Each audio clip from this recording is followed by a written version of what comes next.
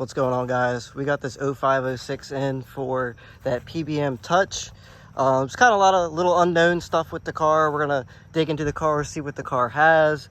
The customer just picked it up, says it's not running right. It's on E85 K24 swap, so we're gonna kind of go through it and get it running right. So we'll see what we end up with the end goal. We actually might be converting it back to 93 just for the sake of drivability and the consistency of the tune. But let's go ahead and dive into it. I'm gonna show you the couple little things I noticed right off the bat when the customer dropped it off. So let's look at them.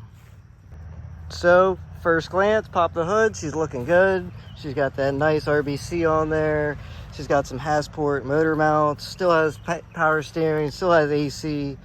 Looks like we got a little fuel pressure regulator with a feed and return. That's good. Got a nice little updated K-tune throttle body. TPS sensor, looks like it slid a little forward. Hopefully we'll dig into that, make sure it's calibrated correctly, but I'm gonna go ahead and fire up and kind of show you how it's running currently. So we're gonna go ahead and prime it up. It's not focusing. Prime it up.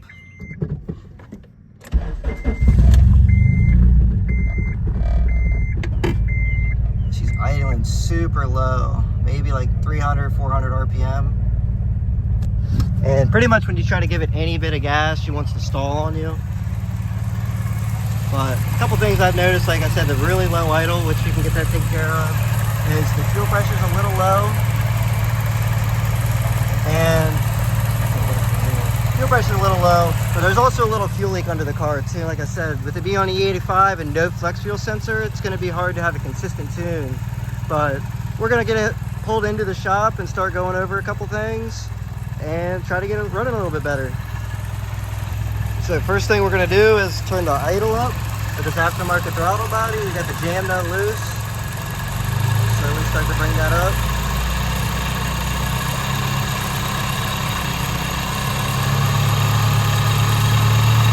Jam nut's getting a little tight. We'll see where that's fitting. It might be a little too much.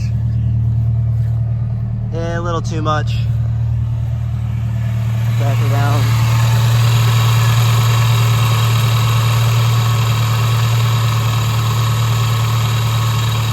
Try that. Still a little too much.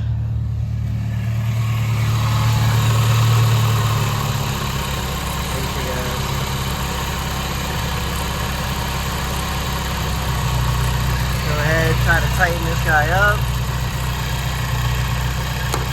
Hold on, we're gonna put the camera down.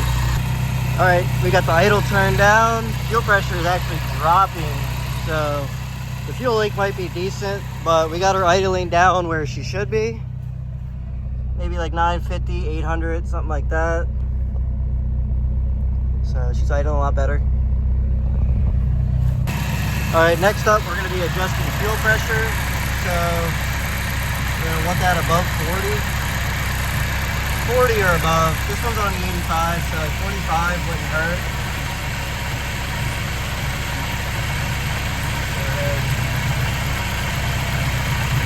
43 is like factory, so a little bit more.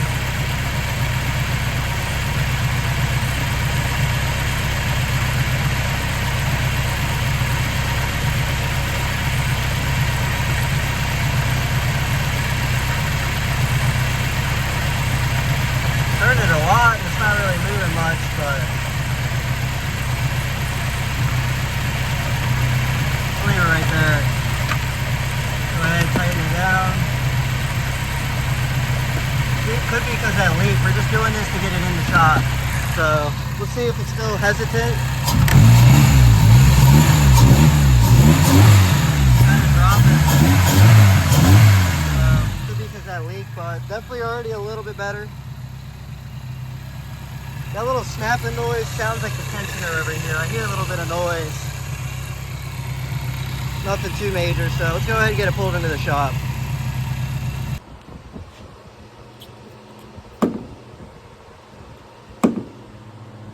I think I have those on the parts car. I'll have to make sure they're the same size because this is a Type S, but hopefully they work because you actually have the Type S. So I'll check to see if that works. All right, we got the car up on the lift. It's running. Here's not E85 rated. I'm trying to see exactly where it's leaking. I think it's right here. I think it probably just corroded through. I don't really see a rub mark, but it's definitely that one there. So I'm gonna have to get that replaced. Definitely running a little bit better though with the fuel pressure up. You can actually rev the car up. I'll lower it down and show you. Before you couldn't even rev it, so it's got nice little headers on her. Got the big brakes. Actually, we had set that back to 43 and it's already back down, so probably isn't gonna rev up like I was just saying. So it revs up, but fuel pressure is still low and it's got that big leak. So we got the fuel line leak fixed. Got her about 50 psi. We're gonna see if that fades down. If it does, there's something going on in the fuel tank. Got the idle turned up a little bit. Got the kpro loaded up over there. Doesn't look like we have an air fuel sensor, so in a few minutes we're going to make sure, see if we have one plugged in. No check engine lights or nothing. So, but she's pretty happy right there. We give her.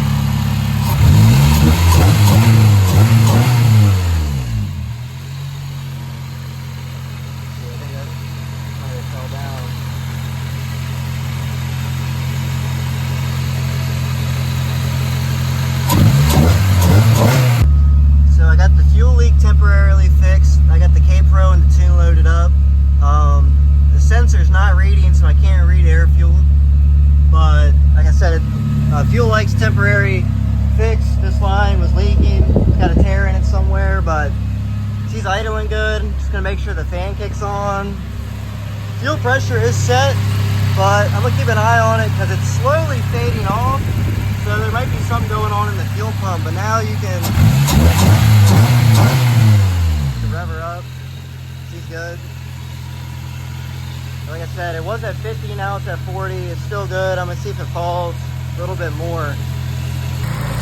Sitting here running, I'm gonna have to pull the fuel pump out and see if there's a fuel leak there. Now it's back to 9. Got no fuel pressure. It's about to turn off. So either the fuel pump or there's an internal fuel leak.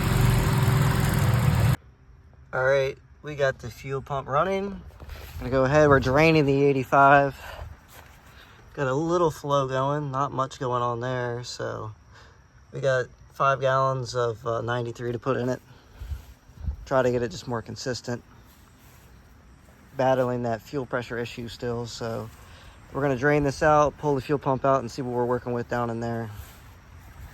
All right, so we got the new fuel pump tossed in there. Climbed right to 43. Got her back on 93 now, but we'll hit the rev. Watch the rev. She won't move.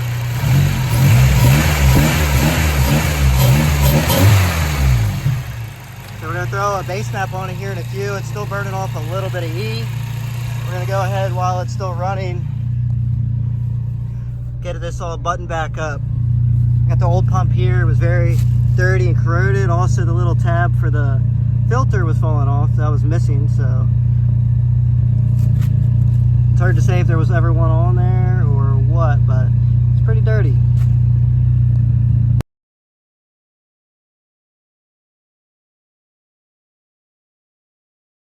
So we got her running. She's on the 93 base map right now. Still probably has a little bit of E85 in it, so we're gonna let her run, but we're gonna clean that up here in a few minutes. All right, so we're wrapping up on the RSX here. Did a lot of things and the diagnosis kicked my butt, but we were getting the P0010 vtec code. And come to find out, I think this is why the previous owner sold the car. Just like I said, my buddy just picked it up.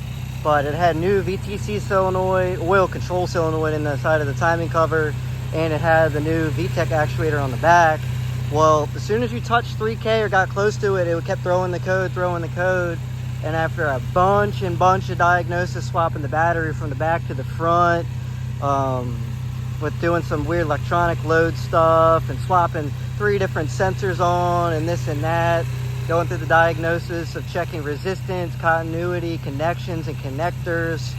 Still nothing was fixing it, and finally I found the holy grail for him, and it kind of pointed me in the right direction. So essentially I ended up running a ground 0506 with the kpro from the 02 to 04.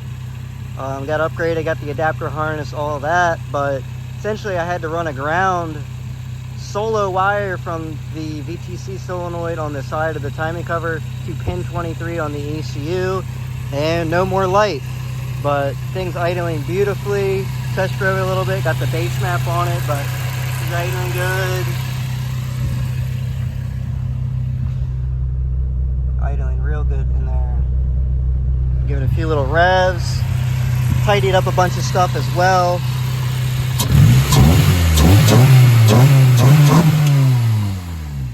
Hello, clicks, just a tensioner, but originally thought the car needed a wheel bearing.